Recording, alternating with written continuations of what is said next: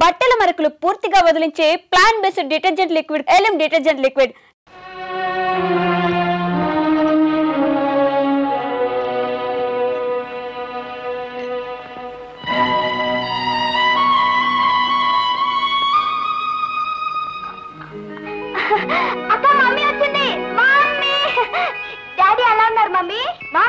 కులాసాగానే ఉన్నారమ్మా. మిమ్మల్ని అందరినీ మరీ మరీ అడిగినట్టు చెప్పి ఇల్లు కుదిరిందా అమ్మా? లేదంటే మమ్మీ డాడీ మా కోసం ఏం పంపించారు మమ్మీ? ఏం లేదు బేబీ. చూపించు మమ్మీ.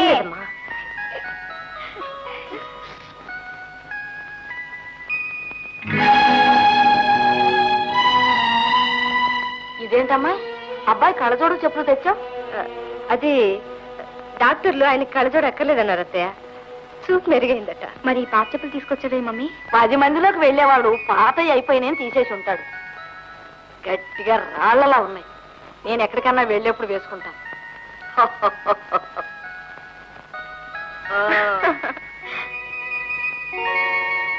శ్రీమతి నానమ్మా నేను కనిపిస్తున్నానా? రెండుగా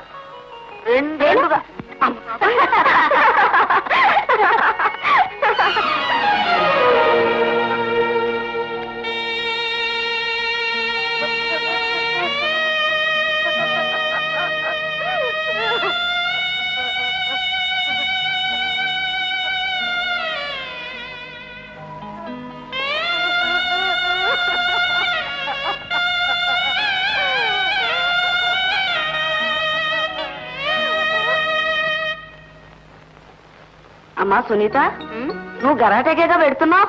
తప్పునొచ్చాయి. ఎందుకు నానమ్మా? ఏం లేదు, సాయంత్రం రాజాను చూడటానికి ఆడపెళ్లి వారు వస్తున్నారు. ఏమిటి రాజాకి పెళ్లి చూపులా? ఈ విషయం రాజాకి తెలుసా? రాజాకి తెలియకుండా పెళ్లి వారు ఎలా వస్తారే పిచ్చిదాను?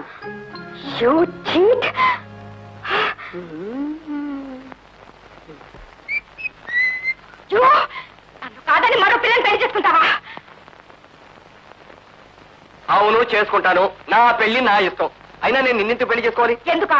ఇన్నాళ్ళు నాతో ప్రేమ నటించినందుకు. ప్రేమ పెంకుల అసలు అదంటే ఏమిటో కూడా నాకు తెలియదు. పైగా నువ్వంటే నాకు ప్రేమ కాదు, రోప. ఏ ఇంతో అందరికి నేను చాలేదా? మొహం చూడ ఎలా ఉందో కుళ్ళు దోసుకేలా. చిచ్చి, నీ మొహం చూసుకు ఎలా ఉందో కుళ్ళొక్కేలాగా. చిచ్చి, నువ్వు ఇంత మోసగాడు అనుకోలేదు. పెళ్లి వారు వస్తున్నారని నాన్నమ్మ చెప్తే అంత అబద్ధం అనుకున్నాను. నాయనమ్మ చెప్పిందా? ఏయ్ పిచ్చి వద్దు, నాయనమ్మ నిన్ను పూలించేసింది. అటు చూడు ఎలా నవ్వుతుందో.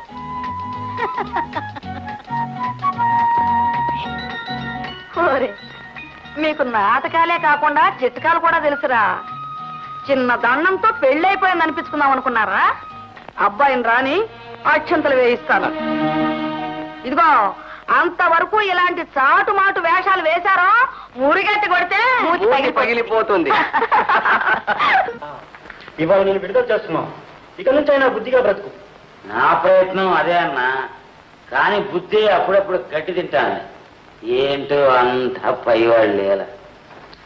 ఇదిగో నీ డబ్బు బట్టలు.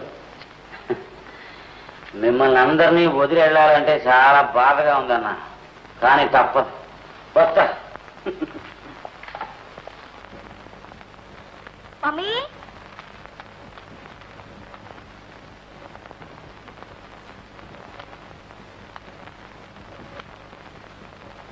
మమ్మీ బాంబేకి వెళ్ళొచ్చిన తర్వాత నీళ్ళు ఎంత మార్పు. ఇదివరకేమో పెద్ద పెద్ద బార్డర్లోనూ డార్క్ కలర్స్, ఇప్పుడు white jacket, white background sari. Daddy change చేసుకోమన్నారా మమ్మీ? బేబీ ఇవన్నీ నీకెందుకు, వెళ్ళాడుకోమ్మా.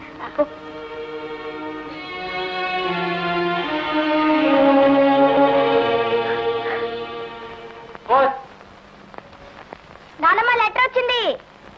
డాడీ దగ్గర నుంచి కాదు నానమ్మ. ఇదేంటి ఇలా ఉంది?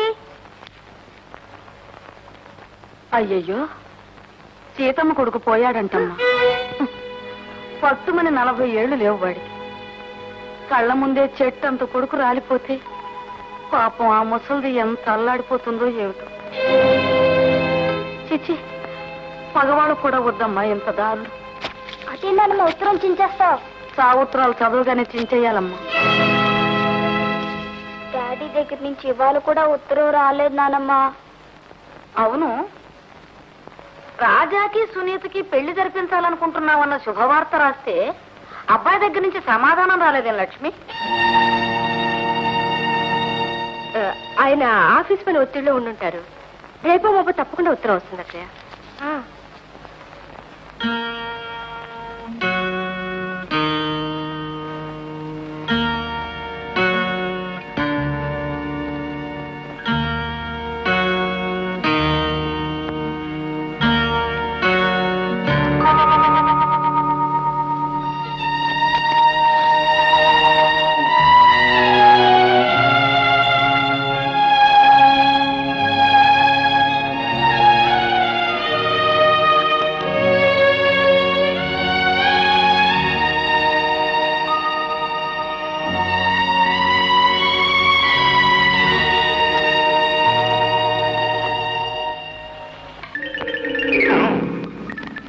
ఇప్పుడు నువ్వు దూకు.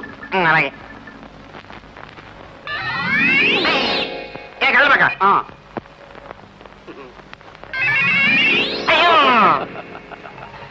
ఎవర్రా గురువు? అదేం కుదరదు. ఇప్పుడు నేను ఆడ చెప్తాను, నువ్వు చెయ్యి. ఇలా నించో. ఇక్కడ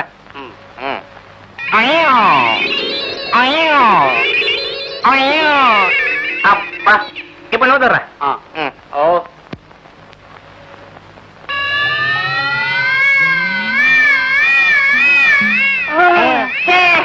ఇప్పుడు ఎవరా గురువు చెప్పు? నువ్వే గురువు. అదే కాదు, మన ఇద్దరం గురువులే. అరే రా వెళ్దాం. బేబమ్మ బేబమ్మ ఉత్తరం వచ్చింది.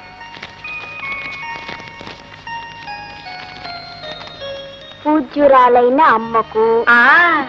నాకు రాశాడే నా బిడ్డ.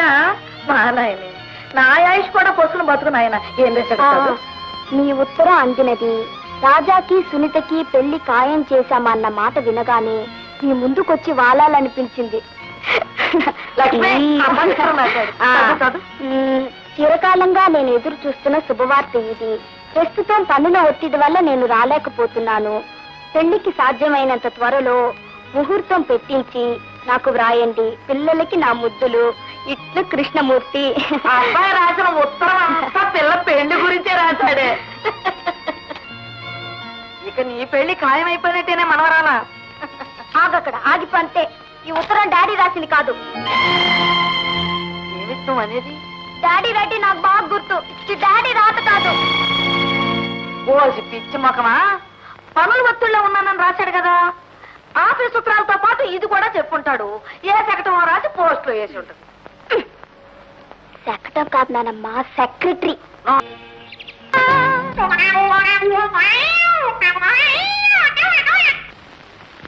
మమ్మీ మమ్మీ, బాంబే నుంచి నాన్నగారు స్నేహితుడు ఒక ఆయన వచ్చారు. నేను రమ్మంటున్నారు. నాన్నగారు స్నేహితుడా? అవును, రా మమ్మీ. అరుగో. నువ్వా?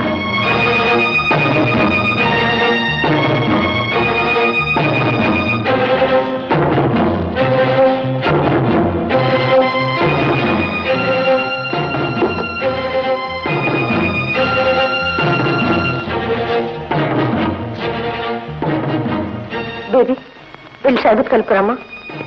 బంగారు తల్లి, వెళ్ళి తీసుకురామ్మా. నువ్వెందుకు వచ్చావు ఇక్కడికి? అవసరం మనిషిని ఎంత దూరమైనా రప్పిస్తుంది.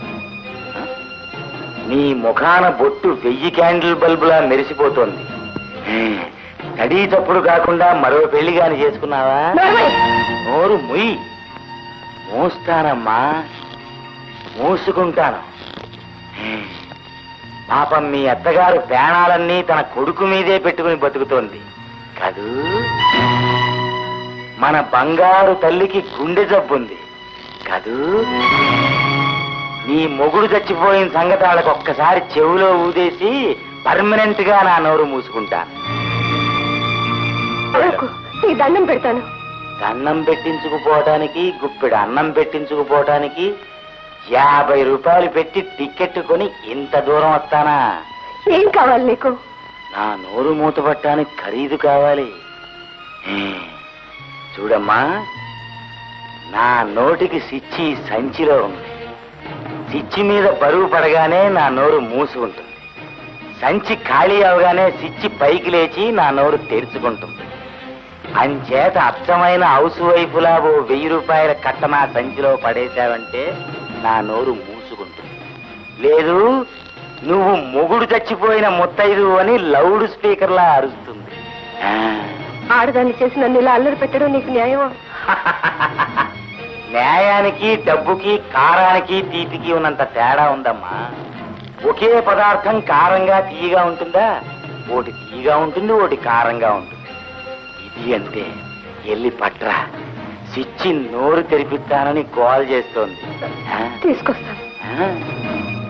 బంగారు తల్లికి బంగారు తల్లి. షర్బత్ తీసుకోండి అంకుల్.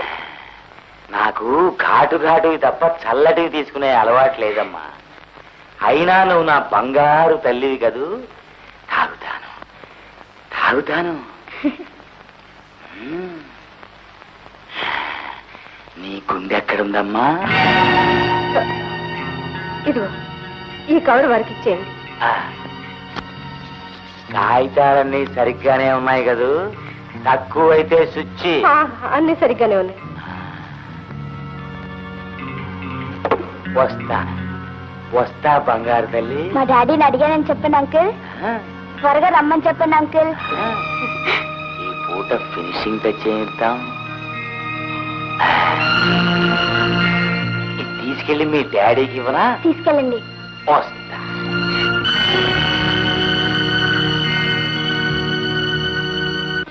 అమ్మా శ్రీలక్ష్మి. అరే వదిన కూర్చో. ఏమో కొత్త పెళ్లి కూతురా, బాగున్నావా? మా రాధ వరలక్ష్మి వ్రతం నోచుకుంటోంది, నువ్వు తప్పకుండా రావాలి. నాకు ఈ మధ్య ఒంట్లో నలతగా ఉంటుంది వదిన. 5 నిమిషాలండి, నువ్వు రాగానే వాయనం ఇచ్చి పంపిస్తాం. నువ్వు తప్పకుండా రావాలి ప్లీజ్.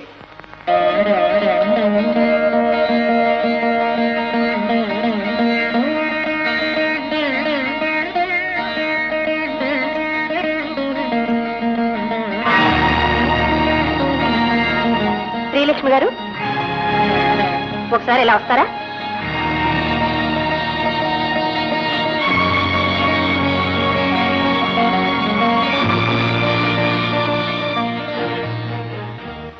మీరు ఇలా బొట్టు పెట్టుకుని సుమంగళిగా పేరంటానికి రావడం తప్పమ్మా. శుభమాని వరలక్ష్మి వ్రతం నోచుకుంటున్న పిల్లని మీరు దీవించాలనుకోవడం మరీ తప్పు.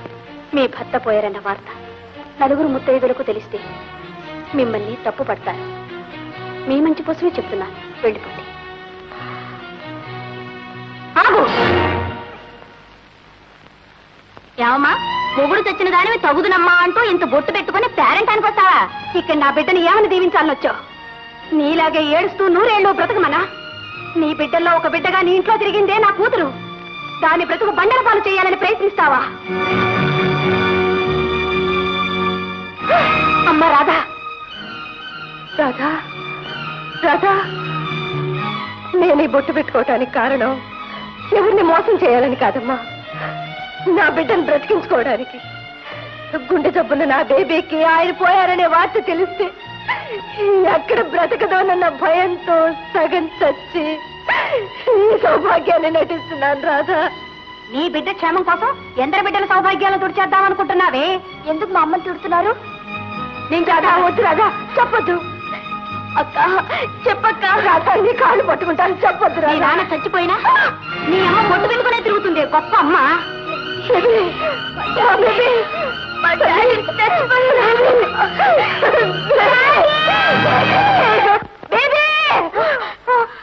అమ్మా ఏంట మార్చా? బేబీ బేబీ నా తల్లి ఏం లేదమ్మా, పడుకో. వీరి వీరి గుమ్మడి పండు వీరి పేరేమి? వీరుడు వీరుడు వీరి వీరి గుమ్మడి పండు వీరి పేరేమి? రావుడు రావుడు గప్చిప్. 5 లెక్క పెట్టు. 1 2 3 4 5. ఎక్కడి దొంగలు అక్కడనే గప్చిప్.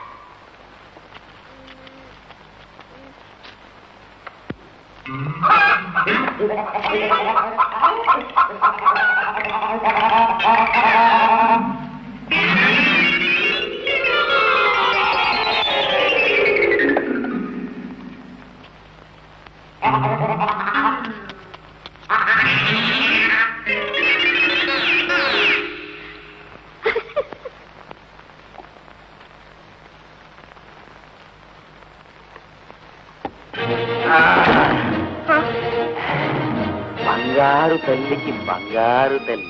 మళ్ళీ ఎందుకు వచ్చావు ఇక్కడికి? సంచి ఖాళీ అయిపోయింది. స్విచ్ గోల్ చేస్తుంటే కాగితాల కోసం వచ్చాను. ప్రస్తుతం నా దగ్గర ఏం డబ్బు లేదు. ఏ డబ్బాలోనే ఉంటాయి ఎదురు. మీ ఆడోళ్ళకి ఆవాళ్ళ డబ్బా ఆంధ్ర బ్యాంకు, సరుకుల పెట్టి స్టేట్ బ్యాంకు కదా. ఎదుగెదుగు చిల్లర దొరకపోదు. 4 రోజులు ఆగి కనబడు. నేను ఆగుతాను కానీ స్విచ్ ఊరుకోదే, ఆన్ అయిపోద్ది. నోరు తెరుచుకుంటుంది.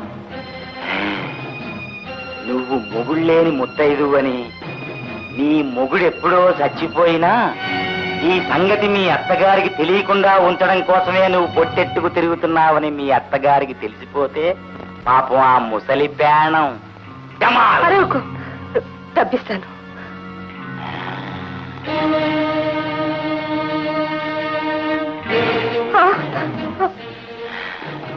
ఇంకో 10 రోజుల వరకు స్విచ్ కాల్ చేయదు. వస్తా.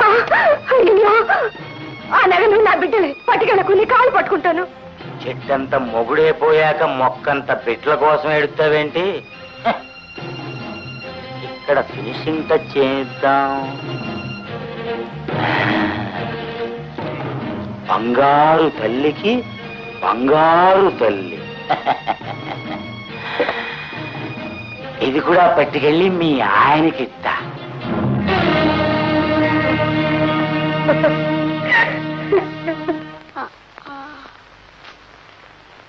మమ్మీ మమ్మీ, నాన్నమ్మ ఇక్కడికి వచ్చిందా? నేను చూడలేదమ్మా. ఎక్కడుందబ్బా?